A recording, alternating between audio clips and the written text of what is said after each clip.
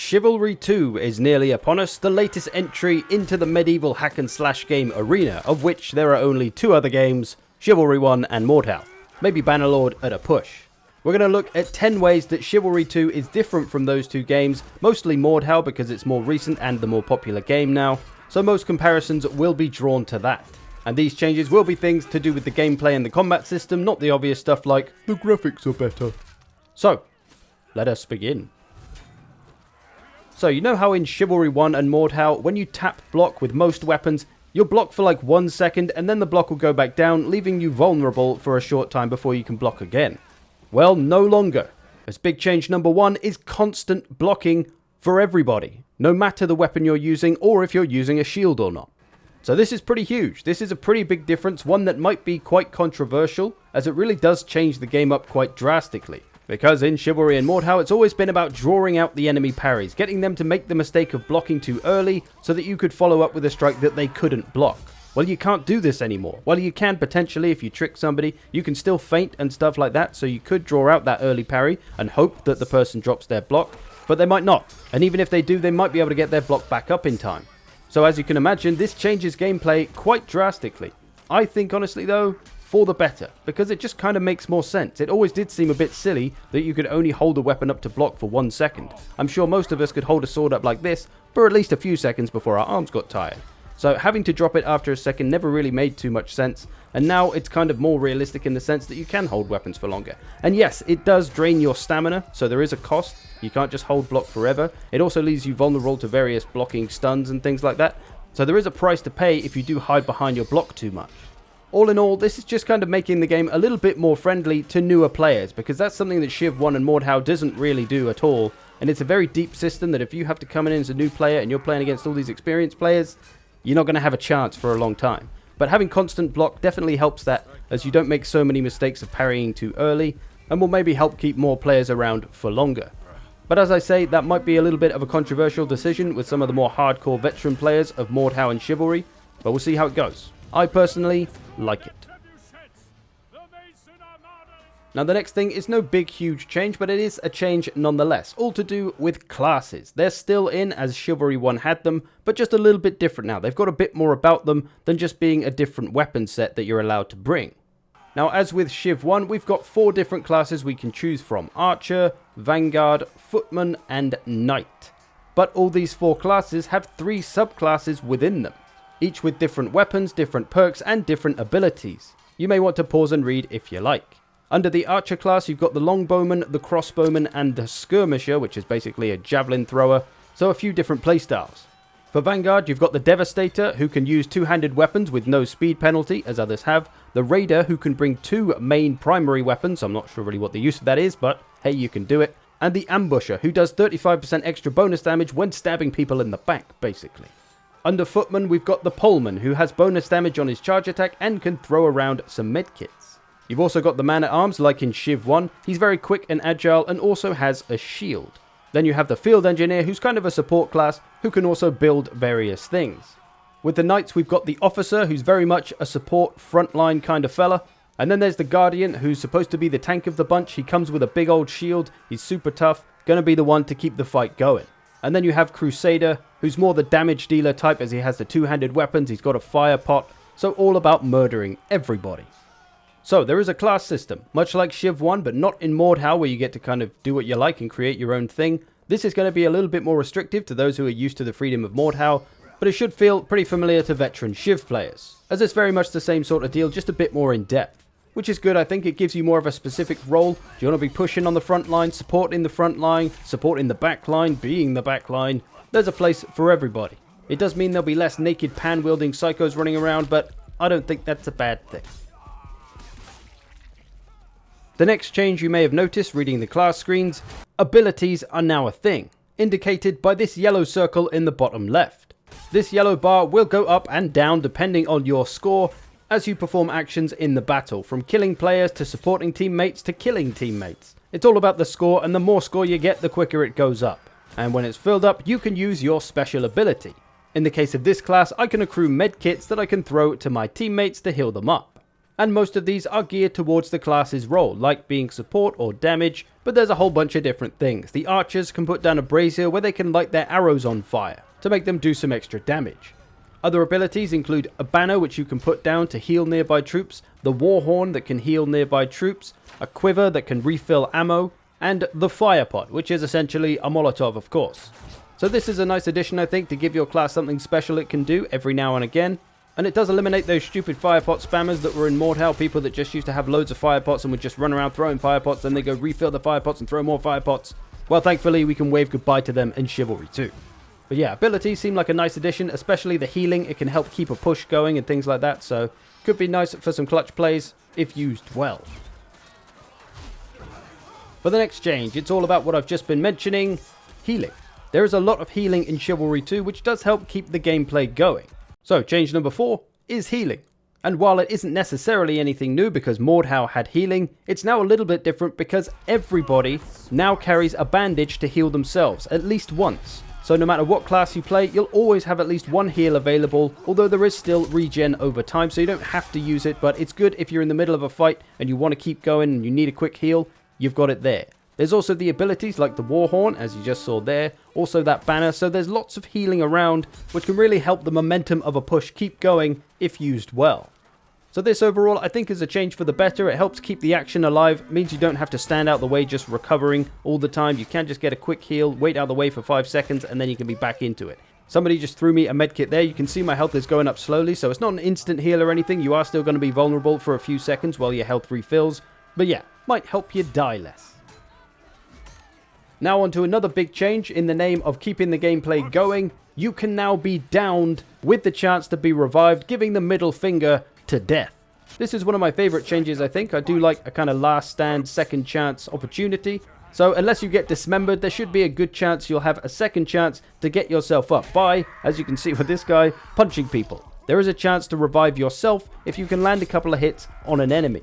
To be honest though, it is incredibly rare that you will manage to land a couple of hits and revive yourself. So 9 times out of 10, if you get downed, you probably are going to die anyway, but there's a chance you could get that revive or maybe just crawl away to find a teammate who could save you. So while it's not a huge chance that you're going to survive if you do get downed, but there is still that chance, and I like that. I like that addition to the gameplay. It doesn't mean that you're going to work hard to take somebody out and then have them escape to come back to life anyway. As I say, very often you do die when you get downed, but sometimes there is a chance you might be able to escape.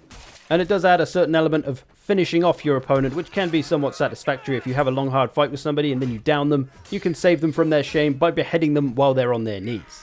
A really nice change to Chivalry 2. Now this next change, as someone who's enjoyed playing rugby and American football in the past, the tackle has a special place in my heart. This new addition is pretty freaking fun, especially for knocking archers down from their post. Little bastards. So the tackle is related to another change, which is how run works. We don't have a sprint button to make ourselves run forward. You basically jog around, and then when you've been jogging for a few seconds, you'll enter a faster run, which is basically a charge. And when you're doing this charge, you can press a button to either do a sprint attack, or in some classes' case, a tackle. Only the knight and the footman class can tackle, but it does add some hilarity. Here's me being tackled over a ballista. Here's me charging into battle, jumping in like a smart ass and getting tackled straight out of it. Here's me getting tackled over a rail and then rolling around on the floor like a buffoon. And here's me tackling a man to his death. And probably my favourite tackle so far is me running in, tackling a man to the floor, smashing his face off with a mace, and then myself getting tackled out of a window. The guy tries to kick me out, falls out himself, he falls around, I start smashing him, some other passing guy starts jumping on him. Ridiculous. Only in Chivalry. So yeah, the tackle is a really fun new addition that adds a bit of oomph to certain classes and allows you to just bully people, which can sometimes be pretty fun. You filthy bastard! Next, another fairly substantial change on an important part of the combat system. Ripostes now block all incoming strikes. So if somebody hits you and you riposte, you will block all other incoming strikes with your riposte attack, allowing you to potentially survive a bit better against multiple people. Although honestly, because of the fact that you can now block constantly, it kind of makes it harder to get those riposte kills because we can't fake people into blocking. So it's interesting, it helps you survive a little better because you can block all incoming strikes from multiple people, but at the same time, you can't really hurt them back so easily, so it's a little tougher. You can see it happening a lot here, although this is against bots who aren't great, so they don't defend themselves very well, so they can be pretty easy to riposte damage. But players will be a little bit smarter and wiser to it. But it does still pay to time your blocks perfectly, because if you do, you'll get a faster riposte. If you just hold up your block and wait for an attack to come in, you'll just get a normal slow attack riposte. But if you time it perfectly, you can get an accelerated strike that'll help you sneak in the damage against other players. So riposte blocking seems like a nice addition. Next, another new addition I'm a big fan of because I used to do it in Mordhau without shame: dodge. Every single class and every single player will be able to dodge as standard. This is a great addition, I think, because it just makes sense, because in real life, everybody can dodge. I always used to get shit in Mordhau for using dodge, like people were offended that I wasn't just standing in front of them so they could hit me. Try watching a boxing match once in your life. Dodging and evasion is a normal part of fighting, so everyone being able to do it makes sense for this, I think. But it does come with a stamina penalty, of course. You will be using up stamina every time you dodge. Couple that with the fact that you're going to be using up stamina more with constant blocking, not to mention stamina use with other actions as well. There is a lot to manage, so you do have to be careful, and you can't go mad just dodging around all over the place. So it didn't feel too bad. It wasn't like trying to chase people around because they were dodging all the time. It's just you had the dodge there if you needed it, if you made a mistake, if you couldn't get out of the way of an attack. It was always a nice option. So a nice change adding this, I think, for everybody. Of course, this was in Civ 1 on the Man-at-Arms class and in Mordhau as a takeable perk. But with Civ 2, everybody can dodge, because guess what? In real life, everybody can dodge. I can smell the salty tears of dodge-hating comments already. Next, another pretty big addition to the combat system and changing the way things work a little bit. Attacks can now be charged for light or strong attacks. You can simply press the button to do a light attack, or you can hold it for a while to charge up a big heavy attack, which will of course do more damage, at the expense that it has a longer wind-up.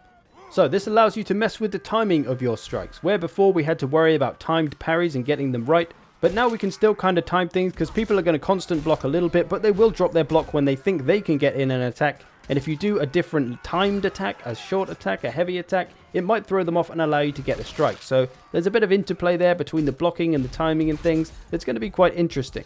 It did feel very different from Mordhau and Chivalry, and takes some getting used to definitely. So when you first play this, if you do, it's going to take a little getting used to. It's going to feel strange, but I like it. I like these changes that are moving it more towards the realistic approach, even though, you know, it's a game, it's not realistic at all. But having light and heavy attacks, you do that in real life. You can throw a quick jab, or you can throw a massive haymaker to knock someone's head off. That's what you can now do with your light and heavy attacks. Adds a little depth to the combat system. Bitch stick! And the last change is another new attack that again is just adding a little bit more depth to the combat system. The jab. Watch my left hand here. Donk. The jab partially replaces what kick did in Mordhau, and I think in Chivalry as well, I can't remember, it's been a while, where it acts as an interrupt to enemy attacks and a block breaker. Don't worry though, kick is still there, it's just more of a block breaker now, rather than an attack interrupt. That's what the jab is for. When somebody's mid-swing, you can give them a little punch before their attack is launched, and you might stun them. You can see us bullying this poor lad with kicks and jabs now. It feels nice though, having that extra attack to throw into a combination. You use your weapon to attack, you use kicks, you use jabs, and if you use them well, time them well, get the little stuns in there, it can allow you to land an extra attack. It is another thing to get used to using, to get yourself into the habit of using the jab rather than the kick at certain times, looking for those opportunities when someone's swinging their weapon just to sneak in a quick jab to break that combo or to break that attack, potentially landing a strike of your own. So there is a fair few new things to get used to using in Chivalry 2 combat. We've got the light and heavy attacks, we've got the dodge, we've got the jab, there's also the tackles and sprint attacks. If you don't have a tackle, you'll have a sprint attack where you can dive in and do some extra damage. So yeah, it's adding a few more fun things to the melee combat. But as I say, even for the veteran player, it does take some getting used to.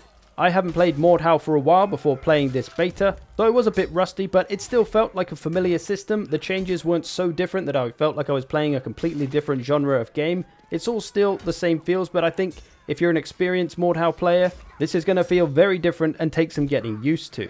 But I think for the better. So there you go. 10 big changes in Chivalry 2 that are different from Mordhau and Chivalry 1. There are a few other things as well, but these are the 10 biggest ones I think that was most interesting to report.